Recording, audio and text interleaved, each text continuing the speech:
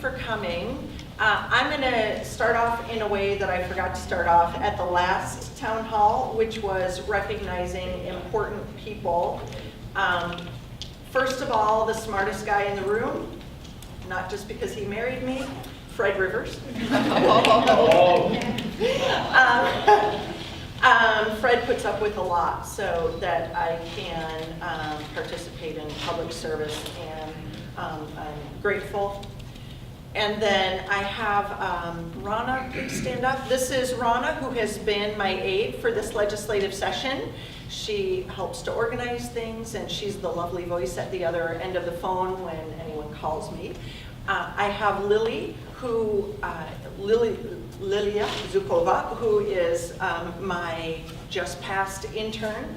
And then I have Miss Gabby, who will be the lovely voice from the end of May forward as my legislative assistant. So when you call, you'll probably get Gabby. And then also recognizing former Mayor Philip Johnson and current Mayor Shane Bowman. Current Deputy Mayor Shane Bowman. Recognizing Mavis Nichols, who is on the Battleground School Board. And John Lee, who is candidate for the seat 1 of, or seat 2. Position 2 of the 18th Legislative District. We'll see, I guess. Yeah, I know. No. So thank you to my fellow electeds for coming today. Brandon? Yeah, well, right down the hallway, we actually have our district office, and that's where my assistant got off to, I guess. So Peter is here. He'll probably be back, and if you need anything, either visit him here, call us, and he'll get you to me in one way, shape, or form. Does a great job. Been with me for 6 years. And yeah, welcome. Thank you. Thanks for coming on Saturday. Yeah, really, really. We appreciate your taking the time to come out and be with us here today. This is my 54th town hall. And in those 54 town halls, I've learned a little something, and that is that it's really valuable for the people who I represent to understand that that I represent all of the people of my district, regardless of political ideology. And that I think that dialogue between members of my constituency is really important, so everyone understands that, you know, while they may have this point of view over here, there's someone with this point of view over here, and I represent both points of view. So it's good for me to be able to hear the discussion, so I can move forward and try to find a solution where everyone is equally miserable and equally happy, which is not an easy task. But we had a great legislative session. A lot of things happened. Not everything happened that I would have liked. Some things happened that I didn't like that I think we will feel some effects from for years to come. And then some good things happened. We had some unprecedented leadership activities, the rating of the rainy day fund, which I think is very poor public policy. And additionally, we had an initiative modified before it's even been voted on by the people, which I believe to be not only constitutionally unsound, I believe it's criminal. That's in the courts right now, and I'm certain that my thinking will be upheld by that. The Constitution is very clear about our initiatives, and so I want to be mindful of that. We were able to modify property taxes to give a 30% rebate on the property taxes that were paid this year. You will realize that on your property taxes in 2019. At the same time, when your state common school levy tax will be dropped to a flat $4.20. So it will be long-term tax relief. The 30% reduction on the 18 taxes will be a one-time reduction. So that will be happening.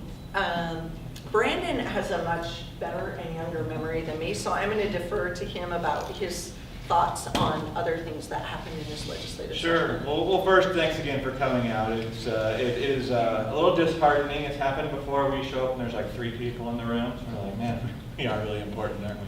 But no, thank you all so much for coming out. It is important for you to come, and I guess to that extent, Ann said it before, it's actually sometimes flattering when there are a lot of people in the room, because that means we're doing our job, we're coming out to see you, and you know if you miss us this time, we're going to be here next time. So I do appreciate that. I mentioned this in Camas this morning, and I'll say it again. I left Olympia this year feeling like I just got punched in the stomach. It felt like a really difficult year.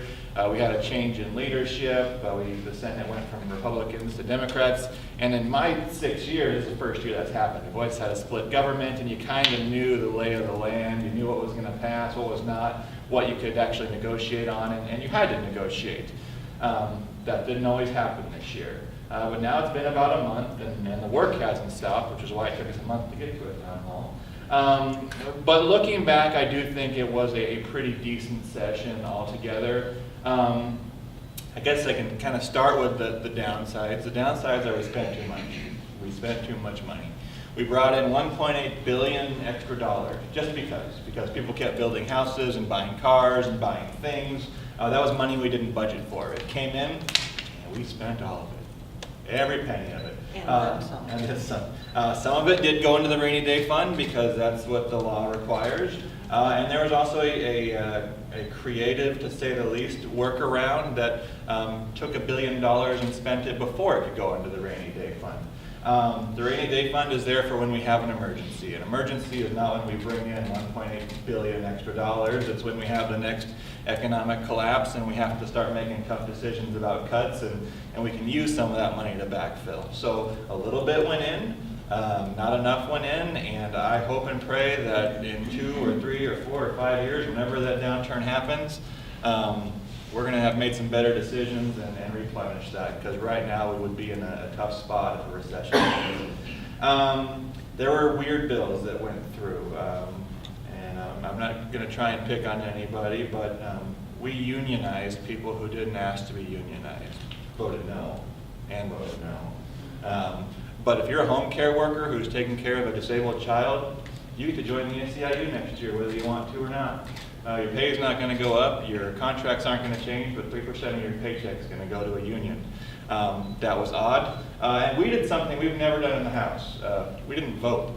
The Democrats put up 50 yes votes, we put up 0 votes at all. Because it was that big of a deal. It was that big of a debate. It was that big of a strange phenomenon. And we said it's not even worth 48 no votes. We're sitting this one out.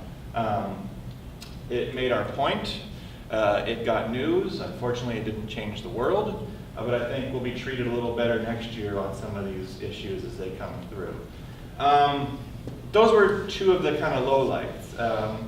Some of the highlights is we did make progress. I had a few business-friendly bills that made it through the process. We brought in great capital projects for our region. We're investing in our infrastructure. There was plenty of good that did happen, and once you sit back and look at it, you realize that. But I think something that Ann mentioned, and I try to hold true to as well, is we like getting things done. We like working with people, and that's going to require working with both sides, and especially right now when our party doesn't have a gavel, it's really going to require working with both sides if we want anything to get done, because it's easy for the other side to say, never mind, we don't need your vote, no problem. Or they can say, we respect you, thanks for working with us, let's get something done. So I think that's our attitude. That's what our attitude's always been, and that's all I have. All right. So more than anything, we came here to listen to what's on your hearts and minds, what's going on that you are concerned about, and to answer questions about what happened during the legislative session. So we'll open up now for questions, comments, concerns, stuff you want us to work on in the future. What do you think the chances are that we'll get control of the Senate again? I wouldn't even hazard a guess. There are a lot of things, people are moving to independence. There are a lot of people really disgusted with both parties right now. And so people are moving to independence and saying, y'all are doing it all wrong. We have to work together to create the place we want to live in. And I think those people are, it's not just happening in candidates, it's happening in our population. And so I think that that represents sort of a dark horse. We just have no idea how to quantify or to figure that out. So I wouldn't even hazard a guess on that, because who knows the way it's all going to shake out. Yeah, and we have to be careful talking elections in here since the state's paying for the town hall. But I think the mood is so up in the air right now. There are a number of great candidates. There are people who are going to run as third-party folks. There's the former senator running as a Democrat who said, I'm not going to caucus with anybody. I'm just going to be me. So Roddy Tom, I don't remember him. He was part of the coalition early on. But then, yeah, I mean, we got to look at the federal landscape and say, what the heck are people going to do? You know. So, and I think that's about as far as we can go in that world. I was just in D.C. last night. I've been on the road since the end of session, working on the issues at the federal level that impact the state. And being back in D.C., I know for myself, I was just so frustrated because it was just finger pointing the entire time. Oh, you know, this person, that person, and you know, this party, that they're doing this, they're doing that, and I'm like, you know what? Cut through it. Can we just fix the problem? Really, can we just fix the problem? And so it's kind of a funny exchange to be able to say that to both sides, right? And I know if I'm feeling it, I know my people are feeling it. I just know that. I feel that I've been here representing the views and values of the people of my district regardless of party. And I just see this frustration everywhere I go. And people are tired of excuses. They don't want to talk politics. They want to talk solutions. And it's everywhere, everywhere. So.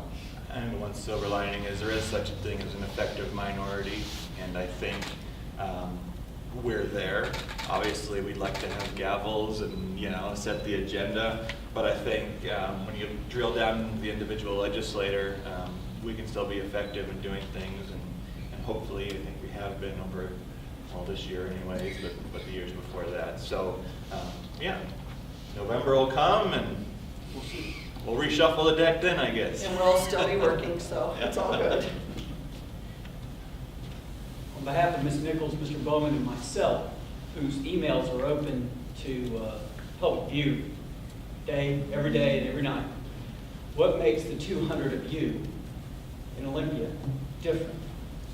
You took a vote, and your compatriot's not here, but last year she talked about the city of Battleground doing things kind of in the dark and not offering them, which was untrue, but this was actually done, I would say, pretty much. And if you guys can do something in one day, then why do you need the whole 9? So is sunshine coming your way, or is sunshine for us and not for you? I think what you'll see at the end of all the discussion, just so we're very clear about this, we found out the day of the vote, the details and or the day before, it was either the day before or the day of that this had been done, and the details, and we were given a lot of information that, as it turns out, was not correct. So part of what I cared about was that I have constituents who write really, really personal things, that I'm working on HIPAA issues, I'm working on things, mental health issues, custody issues, family domestic violence things, that I'm working on behalf of them with agencies. And candidly, I don't want that stuff open to the media. I just don't. I don't think it has a place. And who among us hasn't gone through some really crappy stuff that we don't want open to the media? Having said that, That was my primary driver, but that was a horrible vote to have to take in a hurry-up way, and there's no getting around it. It was crummy. I believe where we end up is exactly in the same place that the cities are, where we have 2 cell phones, one that the state pays for, where we have a full-time record person, where we have all of these things, where we have, that it will be exactly the same thing that you guys have, that we passed the modification last year. It'll probably look just like that because the media is in the room negotiating in the same way that they did for the bill that we got last year for local governments. But here's the reality too. It's extraordinarily expensive. So I do see the media ponying up more money if they, the expansive records requests that are being made are, we've got people at the state, and I know this because I'm in the marijuana space. There are people in the marijuana. You legislate. I legislate in the marijuana space. Yeah, I don't, I'm not like in the space. I legislate in the marijuana space, and we've got people in there who do, the only thing they do to make a living is file public record requests, and there's one guy who's up to like $2.5 million now because all he does. So the state finally settled the last one and said you will no longer, but then what he did, it's really rather brilliant, though I'm not sure how legal is, he went out to get 4 people. He got 4 people and said, this is how you do it. So now, rather than 1 person, now we've got 4 people, and it's running now into tens of millions of dollars. So it has been abused.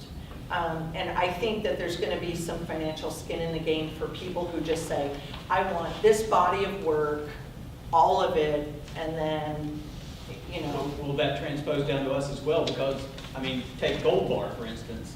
Gold Bar was just about killed by a gadfly.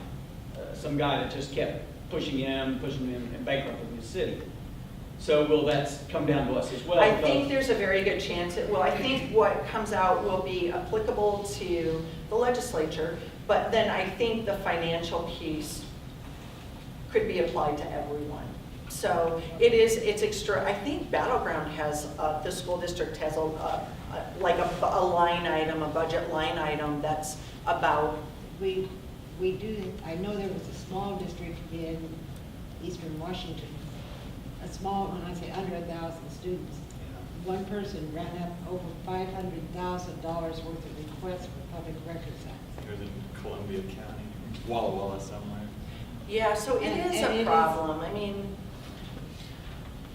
If it's online,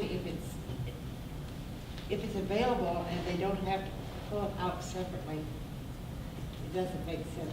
Look, because we have plenty of requests from that same kind of thing. I'm the boringest legislator you'll meet. So if you want to look at any of my stuff that's not personal, constituent, constituent stuff that's pretty personal, tear it up. Well, that's, a conversation between me and Shane and you is not a big, look all you like, we don't care either. Yeah. But it just seems a little odd to me that I get it, those that have the goal make the rules. And in this case, the rest of us, all of us in the citizenry, pretty much pay the price for that. Yeah, I think I'd answer with 2 things, perception and hindsight. I guess kind of just for information, if you did a public records request at my office or Ann's office right now, you're going to get an email back saying, sorry, it doesn't apply to us. And I don't know if that's the law, but that's how the law has been interpreted for 40 years. And it is what it is. So first, the perception. My perception in that bill was that we were opening up access. We were going to give lobbyists correspondence, calendars, a variety of things that weren't constituent communications. And so that was my view, right? As you mentioned, it went through quick, and you're right. And I felt like it was a pretty, good idea at that point. Looking back, the hindsight part, yeah, I needed to be done better. And I think the comment was made is correct. We have to work on the whole system. We don't want to hide information. We don't want cities and PUDs and school districts to hide information, but it has to be logical, it has to make sense, it has to be doable, and it can't break the bank. So I think, obviously last year we had a couple bills that worked on the financial end. You guys can recoup some financial costs from those public records requests now, but I think and I believe what the negotiation will be bigger than the legislature. I think it has to be, because I think there's many people asking that question of why is one branch different than another. And, I mean, yes, we deal with maybe some more personal issues when you get into custody cases and welfare and things like that, but there are other rules that can protect those things. So, And point well taken. Yeah, I agree, point well taken. I was the only legislator Oh, 2 yeah. years ago to open up my calendar to Jordan Schrader at the TNT. And so I have a track record. So, we'll get through it, we'll figure it out. But I guess if you don't know, the group of newspapers sued the legislature saying that our records should be public. This bill was meant to say, okay, these ones are, these ones aren't. Everyone got together, the governor vetoed it, everyone got together and said, okay, we're going to sit down in a room like adults and figure this out. So that's what's happening right now. Hopefully, is the judge and the attorneys and everyone sitting down and coming up with a plan. yeah. Thank you. Anything else? If I just believe the papers, it seems like Oregon is already considering the tolling thing to be a fait accompli, and that they're just working out the fine tuning on it.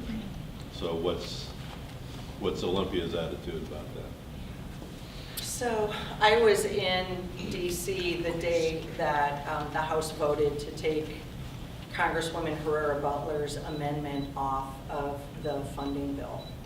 And she, of course, was devastated because she'd worked so hard to protect the people here and say if it does go through, we just want to make sure that money gets spent on this side of the river too, because candidly, it's largely going to be Clark County dollars doing that. She was really upset. She fought a yeoman's battle on that. And so then that did put it squarely on our shoulders. It happened after we left legislative session, and I have a request into Senator King and Senator Hobbs to say, really, what are we doing here? Our governor appears to be just fine with this, which is heartbreaking to me because it's an abrogation of his responsibility to us, to all of us, regardless of party or particular belief. And so I do not know what is going to happen, but I do know that we in the Senate are trying to get something going to say this is ridiculous. It is very difficult to not be able to tell you this is the answer, because any bill we pass doesn't change what Oregon does or doesn't do. I think I personally am still optimistic that at least on this side of the river, people are gathering together. I mean, even the city of Vancouver seems to be coming out opposed to this, which surprises me. And I think at this point, since a bill's not going to fix it, even if we could pass one, it's really using the influence we have with electeds and administrators on that side of the river to try and get something, well, hopefully get it off the table, but at least try and minimize any damage. I'm not convinced that the skids are greased, because I'm not convinced that the feds aren't going to act in some way. I believe they would still have to approve the plan. Right. And like or dislike Trump, Oregon didn't do themselves any favors during the campaign, in that respect. So there might be some political things to be included in there. But I think the fact that we have a vocal contingency who has been working somewhat well with Oregon legislators on trying to figure out traffic in general. One of the biggest disappointments that I'm faced with right now is, while our conversations, I wouldn't call them productive at this point with Oregon on anything, they've at least happened. this is kind of a, you know, screw you, right? Like, well, we were talking, but now go ahead and pay this toll, you know? Yeah, that was more diplomatic.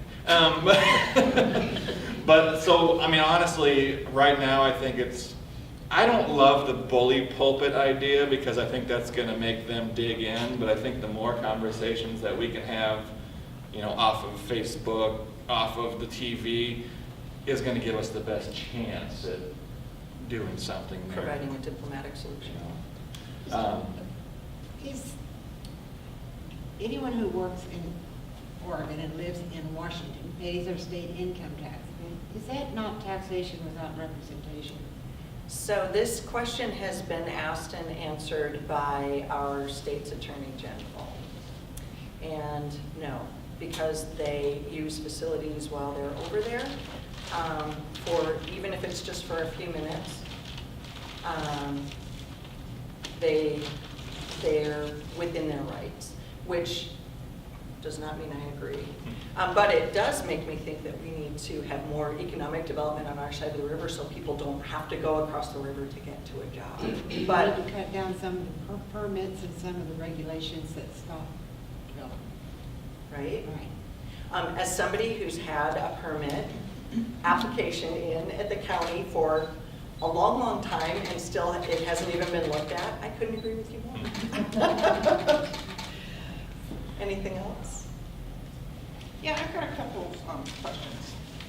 So on the whole property tax thing, I don't really understand all of it. I try to keep up on it, but so much happened, and then there's stuff I didn't even know happened, and then when I went in to pay my taxes, I found out what happened. Mhm. But, you know, my taxes went up last year. I got a notice that they had gone up like $400 or something. Then, like 2 weeks before the taxes were due, I got another notice they went up another 500. Mhm. And it was like, oh my gosh, like, so can you explain what happened? Because the tax lady was telling me, you know, this is not the school district thing, this is what happened up in the legislative session. Yeah. So, Where, are you in the Battleground School District or? yep, Battleground. Battleground, Mhm. okay. So actually, you in Battleground had the highest rates of taxation per thousand Yep. of Southwestern Washington. And part of the reason for that, there's lots of reasons, but it's not because it's a per thousand issue and the number of people issue, right? But it was a perfect storm of 3 or 4 things. The first thing is this, that we had the McCleary decision, the state had to fully fund basic education according to the Supreme Court. They found us in contempt of court, fined us $100,000 a day. It was a big muckle mess. So what we looked at was the amount of the local levies that was going to basic education. So we scraped off the part that was going to basic education, and we left part of the levy for things that could be construed as reflective of local culture. Say Battleground wants to do FFA. That's not basic education. They could use the money for that.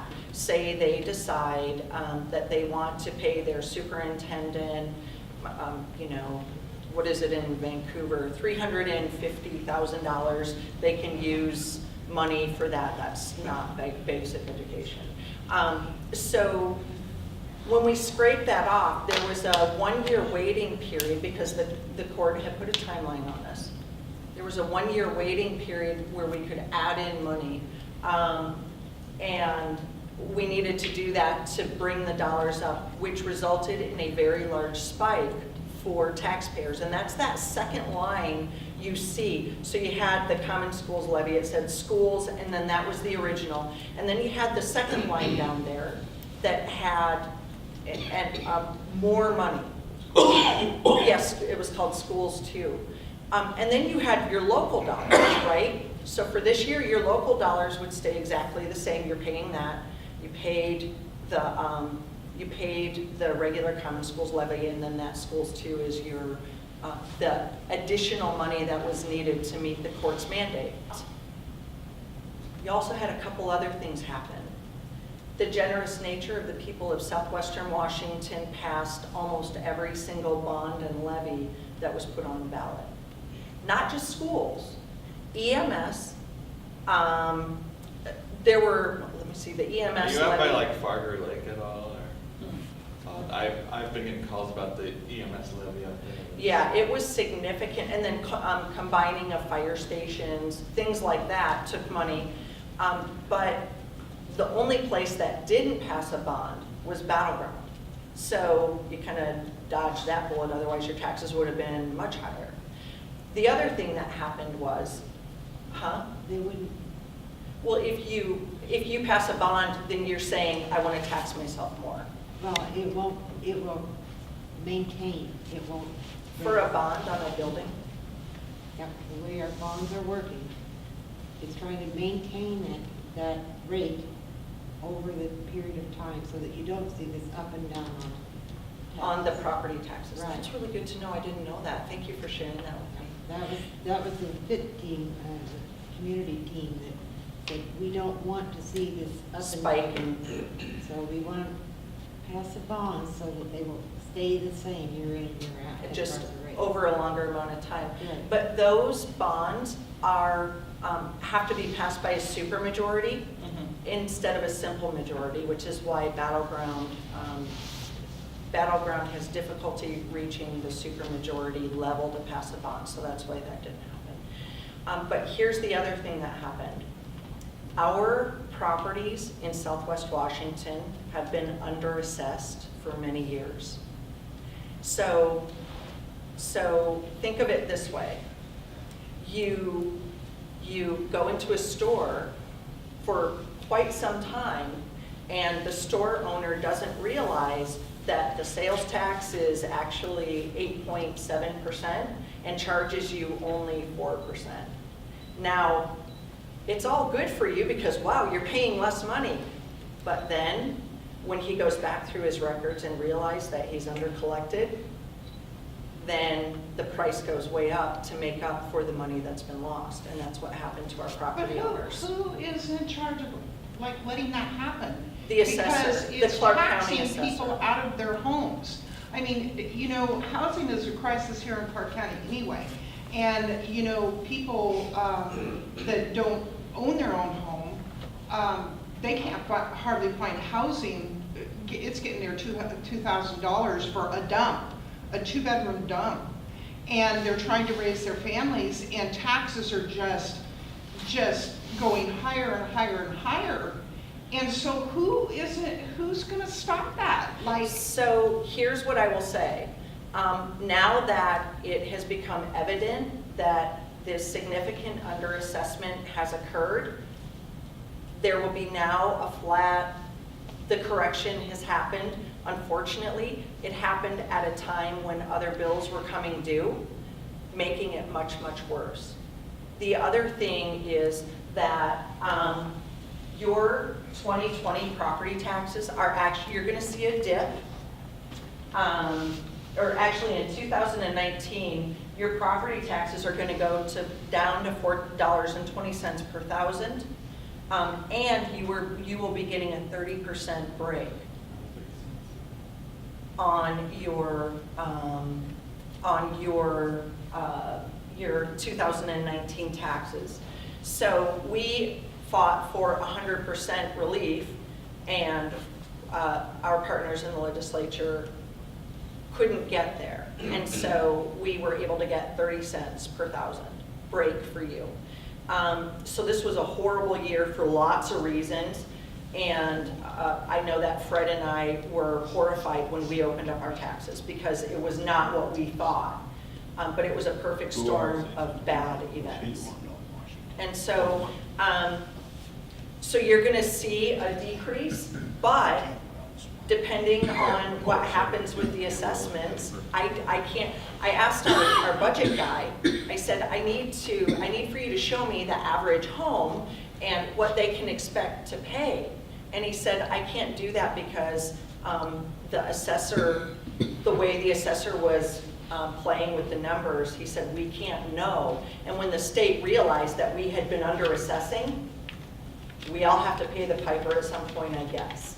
And so, so the state has said to Clark County Assessor, you have to do your job. You have to assess at the appropriate amount.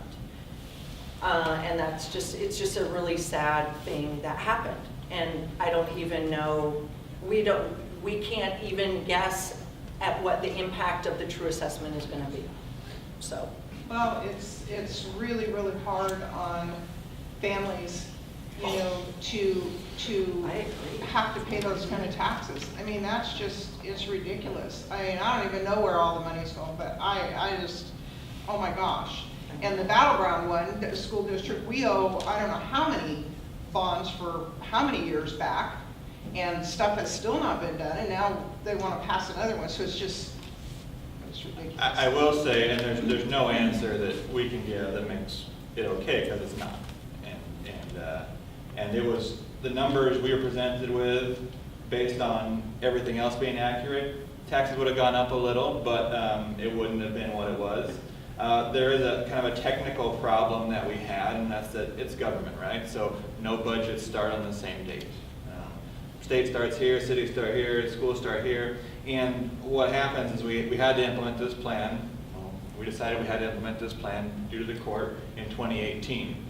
But we couldn't just go and cut the local property taxes or local levy in 2018 because the school districts would have had a big hole that they couldn't fill. And so we knew there was going to be a year of uncomfort, and we didn't like it, but it was the solution. And then these other things happened. And on top of what the assessments might have been undervalued at, our house prices increased 15%.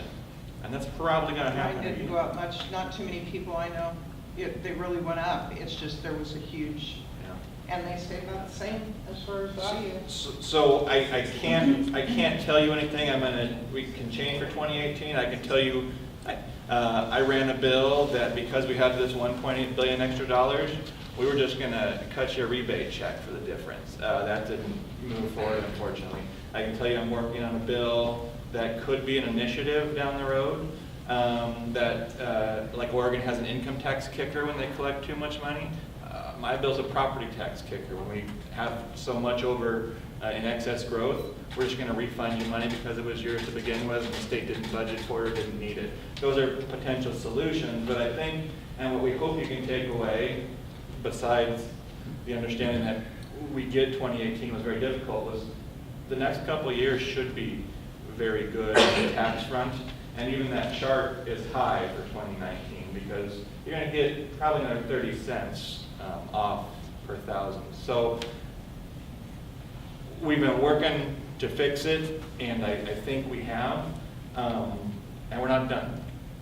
Because believe it or not, the people who are getting yelled at the most are the Seattle folks, the folks who generally like taxes for whatever reason. And I think there's even more pressure on folks who may generally like higher property taxes to help lower them as well. So again, I got nothing for 2018. It's besides apologies for the amount, but I think going forward, we've done our job to make it much better. Yeah, you're not wrong. No, you're not. I mean, not arguing with you. So our tax thing has like 15 line items, Uh-huh. and probably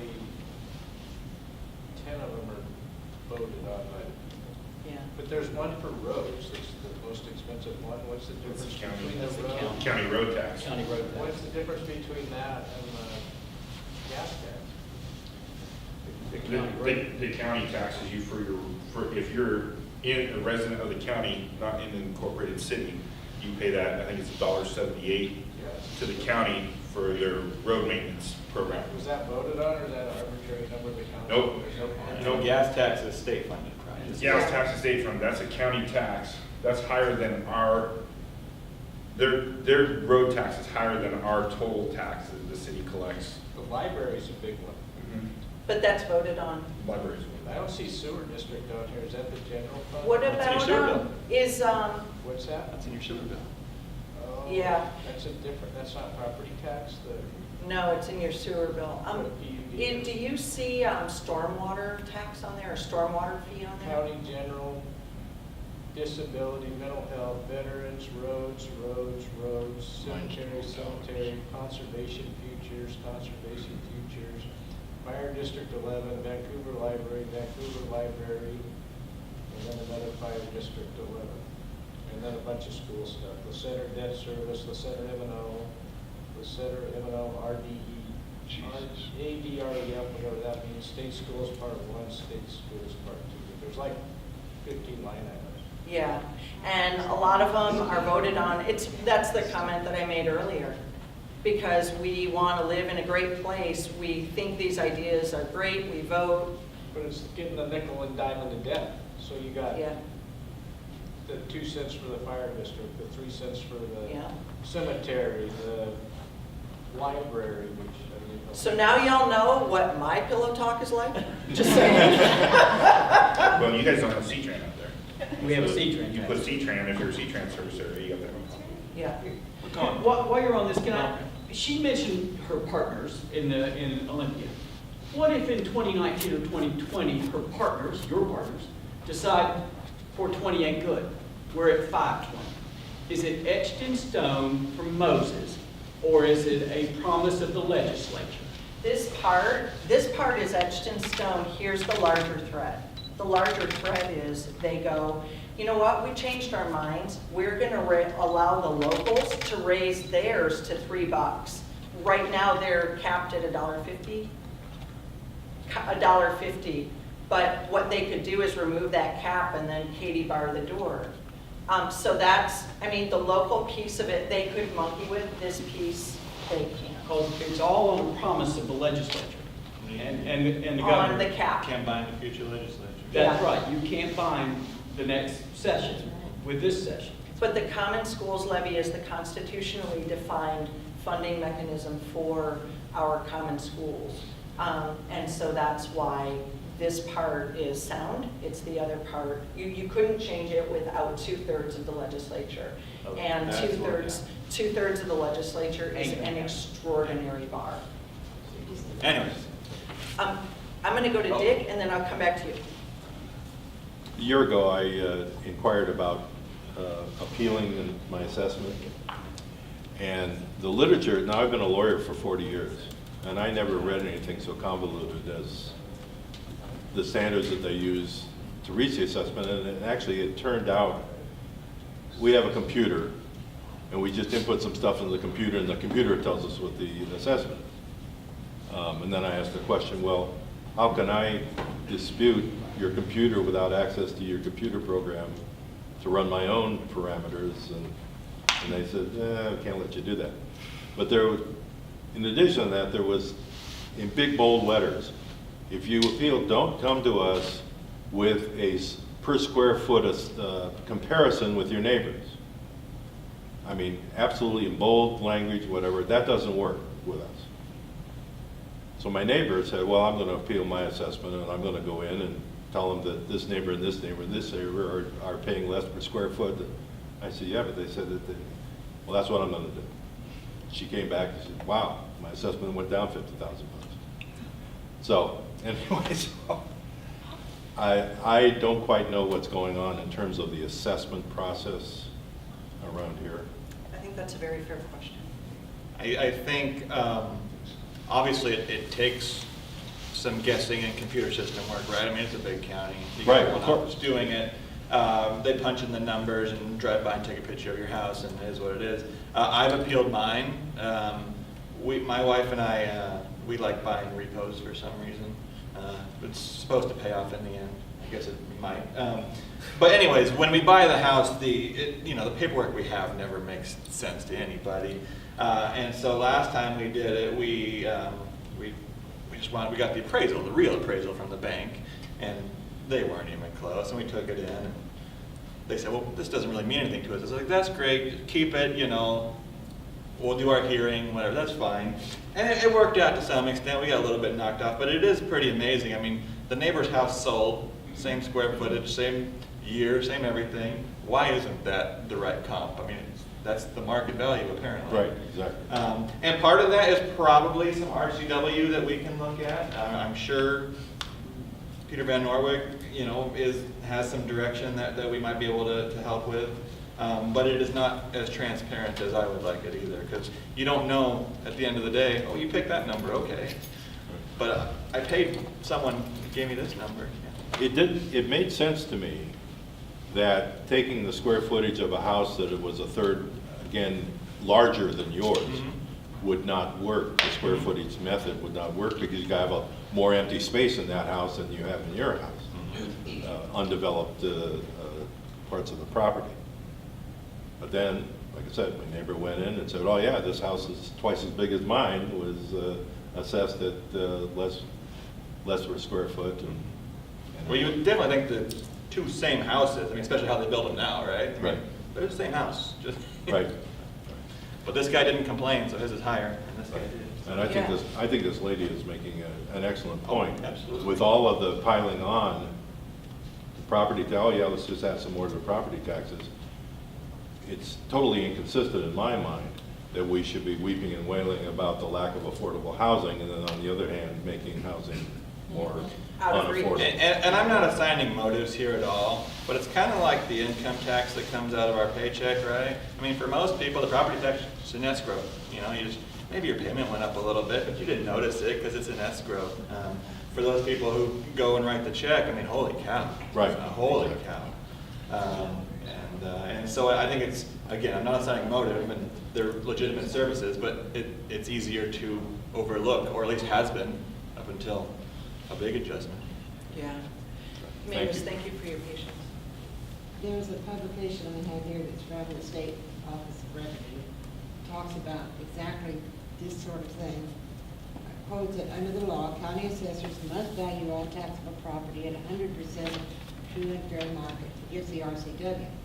In the back, it gives an example of how the state, in assessing this tax, says, we don't believe the county assessor, more or less, that we will look at property in county A and property in county B. Properties are identical in every way, except they're different counties. One of them was assessed at $99,000, the other one at $80,000.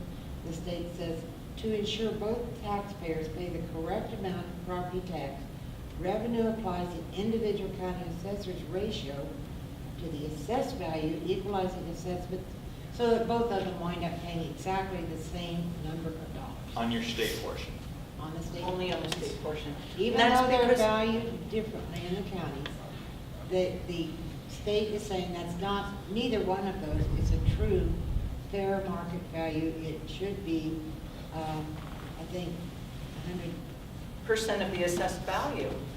I mean, but think about it this way, Mavis. So you've got Seattle paying about Right. $21,000, and you've got Battleground paying $6.08 a thousand. I mean, there had to be some way to try and equalize, right? And So they say they're both going to sit the same amount of money, regardless of what the market value might be in their area. The same rate.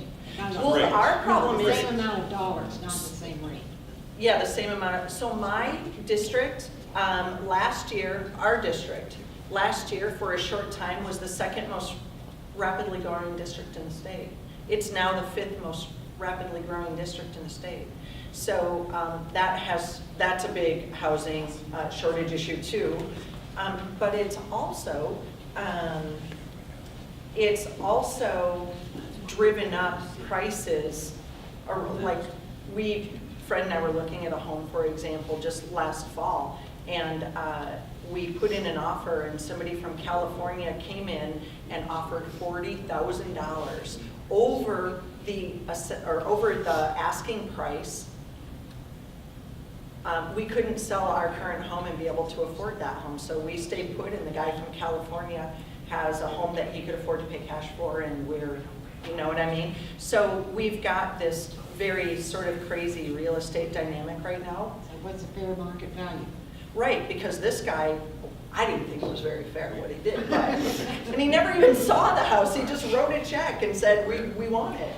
So how do you compete with that? But it is what it is. So it's just, right now, it's a crazy dynamic, and as Brandon pointed out, this has been a really cruddy And for year. us, for the school district, we are required now to put out a 4-year budget. Yeah, How can we be correct and transparent in putting out a budget when we have no idea what all of this is? how many kids, how many Well, homes, not how even many. that, but Yeah. it's just, things are, every time we shoot for a target, the target's over here instead of over there. Yeah, And it just keeps shifting where I don't know how we can put out a truthful, reasonable 4-year budget right now. I'd love to be able to, but even if you take into account growth of number of kids, and that's really something else, but if you look at how can we make any predictions on the salaries and everything, textbooks going up to, I think the average now is for a K-12 textbook, $270 a year per kid, per student. High school textbooks, I've seen it cost $180 a piece, yeah. and that's going up. Construction prices have tripled in the last 2 years. How can we make a reasonable prediction for 4 years? It's Well, I really think tough. the thing that we've heard is this. We've heard from the property owner point of view, including Fun Fred, that we're at the breaking point, right? We've heard from the policymaker point of view that you can't do it either because the prices are going up, and where's the money going to come from? And these are the kinds of conversations when we listen to each other and go, the problems are big, the solutions are going to have to be big, and we're going to have to work together to get to the solutions. I mean, that's the, My property taxes went way up too. I know. No, I Problem, know. too, is there's a lack of trust when the bond comes through, or you're just gonna vote no just because you're already at the tipping point, you said. So poor Mavis in Battleground can't pass a school bond, and she's got 10,000 road miles and buses, and the buses are wearing out, and their jobs to get, and the buses weren't included in basic education, is my understanding. There's a transportation piece in there, but it But you wasn't. have drivers. I can't find drivers. We have a driver with us today. Yes, we do. Thank you. Are you tired? We have a former driver with us. So yeah, we could, I mean, it's, the problems are many and varied, and this, the conflict is doing nothing to help to solve the problem, really. So are there any organizations that have formed, local organizations that have formed to try to figure out a solution or to combat some of these problems that I'm hearing? So we had many participants, stakeholder participants in Olympia this year. We had the PTA of Washington, which are comprised of people from down in our neck of the woods too. The School Directors Association, the School Principals Association, the School Superintendents Association, I'm talking about local. I'm talking Well- about everyday people. You mean like property tax people? Like, I mean, property tax Concerned payers, citizens. concerned citizens? I hear the concerns, all right, and it doesn't sound like they're getting any better. Well, I know as a taxpayer, they're not getting any better. But my question is, I'm not hearing about any organizations like, as an example, Freedom Foundation, is what they used to call up in Olympia. I mean, they have got people organized to combat things like the union problem and the workers being forced. I mean, they are doing something about it, and they're letting the people know that legislation has been passed. They are now in Oregon, and Oregon's having a fit because they don't want them there because they're doing the same thing in Oregon. Is there any grassroots area organization that's combating this? I hear the problems, but I'm not hearing any solutions. No, there's not, but I will say, when people reach out to Brandon and I, And when we're at these, that's kind of the purpose of these town halls, is to hear. Then that sets, like we heard some of this starting at our earlier town hall at the beginning of the session. And that's why we developed these bills to give the rebate, you know what I mean? But we the people, couldn't we be a support for what you're trying to do for us? We need you. Yeah, we need you. And As more. a group, one person doesn't make any noise, but many people together would have a much better shot at it. I know that there's been some research done, because you talked about Seattle. Seattle rules what we do in the state of Washington because of their They population. can, for sure. And they don't think the way that we do here in the country. You know, their own thinking is totally different. But it's been said to me, if counties like Clark and Cowlitz, et cetera, there's about 4 counties, if we gather together and pull together, we would outnumber Seattle, so Seattle wouldn't be dictating what our lives are like in the state of Washington. How come nobody's done this? Well, I can't answer that, but I can tell you this.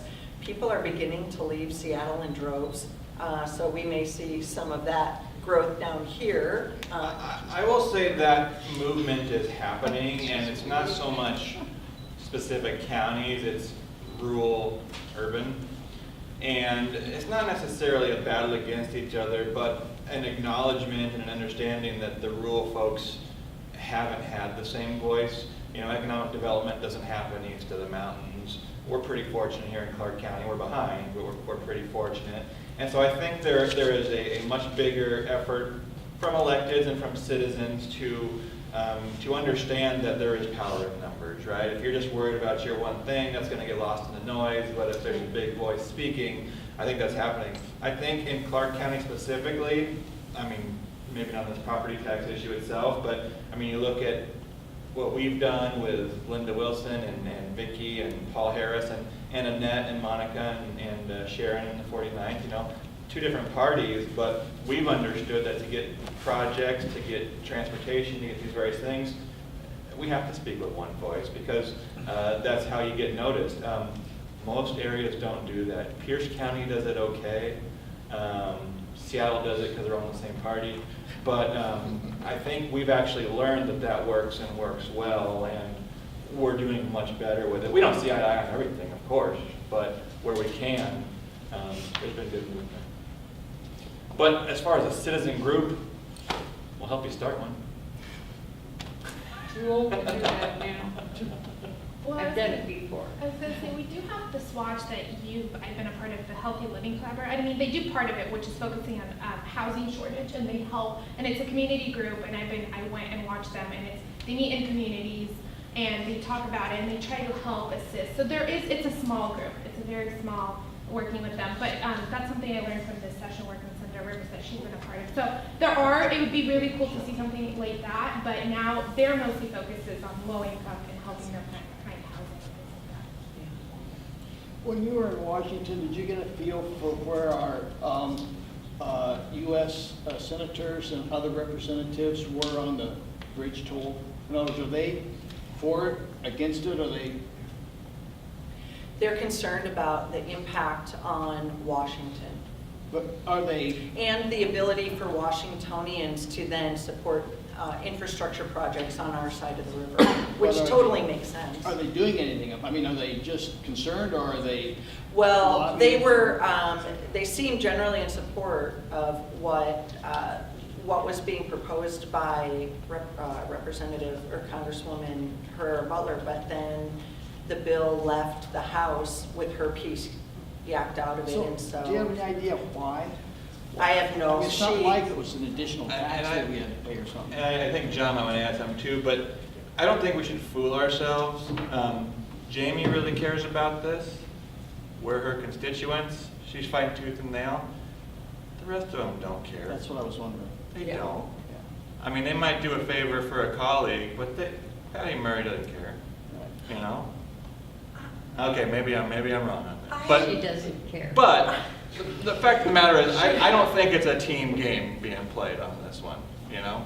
I don't think it's a pressing issue for most of the delegation. Then they haven't heard from citizens enough. Oh, I agree with that. That's it, right there. Add That's something? it, right there. So Mavis, John goes to all the meetings. bless you and thank you for saying what you just said. They haven't heard from the citizens enough. John Lee, I've been the pit bull on this horrible tolling piece for almost a year. And delightfully, we just were able to get another Clark County open house on the 30th of April so that citizens can go learn as well as give input about their feelings. And we all strongly suspect which way the overwhelming majority of us feel, but it's another opportunity to learn. And that's Monday, April 30th, 5:30 to 7:30 at the Marshall Community Center / Lupke Center in Vancouver. So April 30th. There is also a week from today, April 21st, from 9:30 in the morning to 12:30 at the Embassy Suites in Portland, right next to the airport. There's another open house there. But to piggyback on what Mavis said, I've had long conversations with people, and somebody whispered in my ear just yesterday, Senator Patty Murray may be starting to come our way. So that was one of those foot stompers. Reach out to Jamie and say, keep fighting, thank you, but also communicate to Patty and Maria Cantwell and say, this is hugely important, it's unfair for us. And maybe we could get, Patty Murray to join Jamie in helping to fight this. And I think the advantage of the senators is that the senators do represent the entire state. So if someone is going to listen, they're going to be most likely.